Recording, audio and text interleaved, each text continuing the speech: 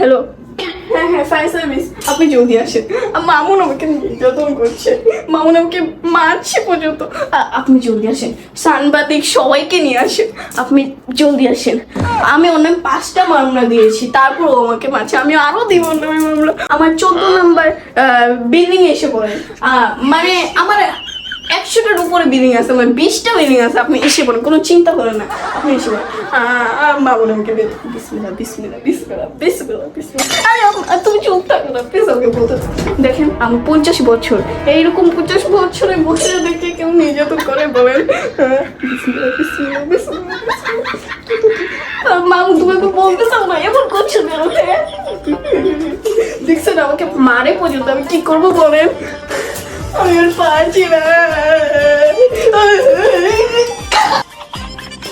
তুমি এসেছো কেন আমার বাসায়? তুমি এসেছো, তোমাকে কি আসতে বলেছি? তোমাকে কি আসতে বলেছি? তুমি এসেছো কেন?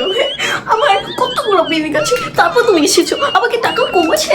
তুমি বুঝি না আমার টাকা ছিনিমিনি করে। তুমি টাকা টাকা টাকা, আমার টাকা দিয়ে তুমি বিল্ডিং বানিয়েছো, আমার টাকা দিয়ে তুমি গাড়ি গরু করেছো, আমার টাকা দিয়ে সব করে এখন তুমি আমার পিছে পিছে রেঞ্জে ধরো, আমাকে মারছো কাটছো, আদর করো, আবার আবার কদিন পর সোশ্যাল মিডিয়াতে যাও, আবার কদিন পর ওরে নিয়ে যাও, আবার আমারই নিয়ে